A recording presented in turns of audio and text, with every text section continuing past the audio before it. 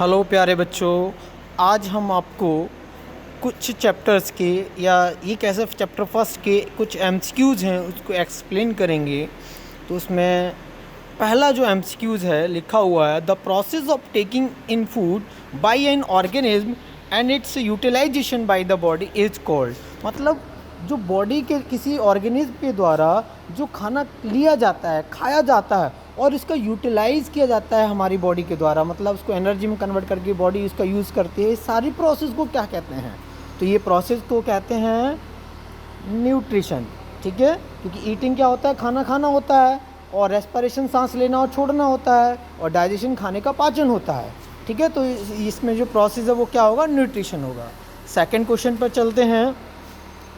Second question कहता है plants can be categorize as. Plant को किस कैटेगरी में रखा गया है? प्लांट्स को सबसे पहला है हेटरोट्रॉप्स। हेटरोट्रॉप्स क्या होते हैं? हेटरोट्रॉप्स होते हैं जो अपना खाना के लिए पेड़ पौधों पर निर्भर होते हैं। ऑटोट्रॉप्स क्या होते हैं? सेकंड जो ऑप्शन दिया हुआ है, जो खाना अपना खुद बना लेते हैं। और सेप्रोट्रॉप्स जो अपने खाना डेड और डिकिंग मेथड पर डिपेंड करते हैं, वो सेप्रोट्रॉप्स होते हैं। जबकि डी ऑप्शन क्या है? पैरासाइट, जो अपना खाना किसी दूसरे लिविंग ऑर्गेनिज्म से प्राप्त करते हैं, वो होते हैं पैरासाइट। तो इसमें ऑप्शन जो प्लांट्स किस कैटेगरी में रखा गया है? प्लांट्स को रखा गया है हमारा ऑटोट्रॉप्स में, क्योंकि ये अपना खाना खुद बना लेते हैं। आगे third question, in the absence of which of the following photosynthesis will not occur in the leaves.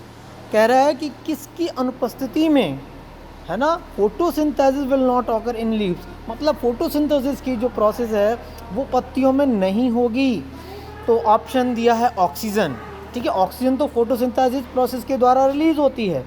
ठीक है, तो जो सेकंड भी ऑप्शन क्लोरोफिल, ये थोड़ा सा गलत है इस जगह पर, यहाँ पर कार्बन डाइऑक्साइड हम लिख सकते हैं, कार्बन डाइऑक्साइड होगा। ठीक है, सी वाला वैक्यूल, और डी ऑप्शन है स्पेस बिटवीन सेल्स। उनके जो पत्तियों में जो सेल्स होते हैं उनके बीच में स्पेस, वॉक्यूल भी स्पेस से रिलेटेड होता है।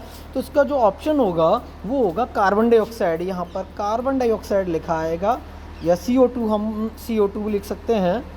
ठीक है, CO2 भी लिख सकते हैं यहाँ पे, CO2 कार्बन डाइऑक्साइड, क्योंकि कार्बन डाइऑक्साइड बहुत ज़रूरी गैस होती है फोटोसिंथेसिस प्रोसेस के लिए। थर्ड क्वेश्चन, फोर्थ वाला question, all animals are categorize as. जितने भी जो एनिमल्स हैं उसको किस कैटेगरी में रखा गया है?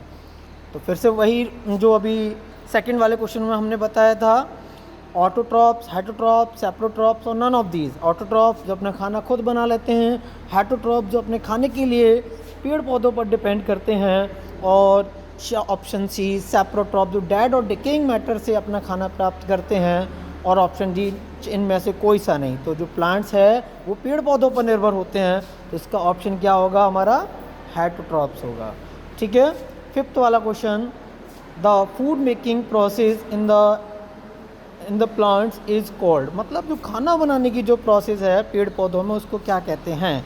Option A transpiration, option B photosynthesis, option C carbonization, option D none of these. तो जो इसका जो आंसर होगा वो होगा फोटोसिंथेसिस। फोटोसिंथेसिस प्रोसेस के द्वारा ही पेड़ पौधे अपना खाना बनाते हैं। ठीक है, तो इसका ऑप्शन हो जाएगा फोटोसिंथेसिस। अब आगे next question, desert plants have spines to reduce photosynthesis. Option true या फॉल्स। तो डेजर्ट प्लांट मतलब जो डेजर्ट में पाए जाने वाले जो पेड़ पौधे हैं, या ये कह सकते हैं कैक्टस, उनकी जो स्पाइन्स होते हैं, कांटे होते हैं, उसकी वजह से क्या फोटोसिंथेसिस कम हो जाता है, इसलिए उनके कांटे होते हैं। तो ट्रू है या फॉल्स है? तो मैं आपको बता दूं, जो उनके कांटे होते हैं जो डेजर्ट प्लांट के, वो वाटर के लॉस के लिए होते हैं, इससे पानी का लॉस नहीं होता है, क्योंकि पेड़ पौधों में उनकी पत्तियों के द्वारा वाटर का ट्रांसपायरेशन होता है। ठीक है, इससे पानी का कमी हो जाती है। तो इस वजह से जो डेजर्ट में पेड़ पौधे पाए जाते हैं, है ना, उनके पत्तियां नहीं होती हैं, स्पाइन्स होते हैं, कांटे होते हैं। तो इसका ऑप्शन क्या हो जाएगा? फॉल्स हो जाएगा। ठीक है, क्योंकि वाटर अगर यहाँ पर होता, रिड्यूस वाटर, तो उसके लिए हमारा ये ट्रू होता है, तो इसका ऑप्शन फॉल्स वाला हो जाएगा। Next question, during photosynthesis oxygen is absorbed, मतलब फोटोसिंथेसिस के समय जो ऑक्सीजन गैस है पेड़ पौधे लेते हैं वातावरण से, ट्रू होगा या फॉल्स होगा? तो इसमें जो पेड़ पौधे कौन सी गैस लेते हैं? कार्बन डाइऑक्साइड की गैस लेते हैं, ऑक्सीजन गैस तो वो रिलीज़ करते हैं। तो इसका ऑप्शन ये भी, इसका भी क्या होगा? फॉल्स होगा। ठीक है, इसका ऑप्शन ये फॉल्स हो जाएगा।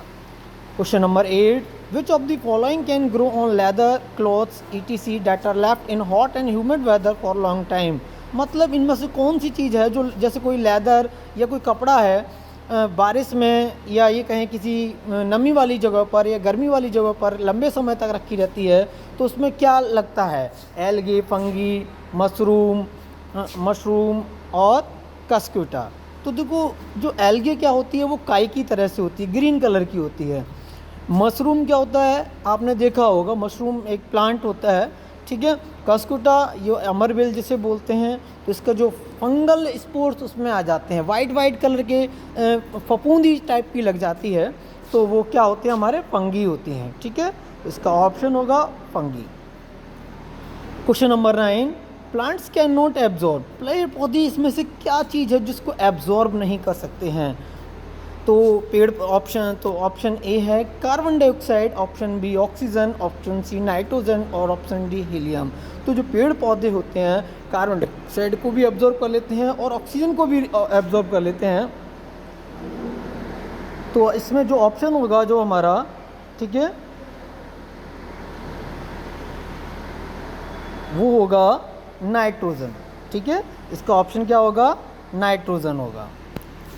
Question number 10, the टिनी pores present in leaves, छोटे छोटे पोर्स का मतलब होता है छिद्र, जो पेड़ पौधों की पत्तियों में होते हैं, उनकी पत्तियों में भी छोटे छोटे होल्स होते हैं जिनको हम अपनी आंखों के द्वारा ऑब्जर्व नहीं कर सकते, तो उनको क्या कहते हैं? Option A stomata, midrib, chlorophyll, none of these. तो जो उनके बीच में जो छोटे छोटे स्मॉल पोर्स होते हैं उनको हम बोलते हैं स्टोमेटा। ठीक है, तो इस प्रकार ये 10 MCQs जिनको हमने एक्सप्लेन किया है, ये आपके PDF में भी आपको प्राप्त हो जाएंगे, अपनी नोटबुक पर इनको नोट कर लेंगे। ठीक है बच्चों, थैंक यू।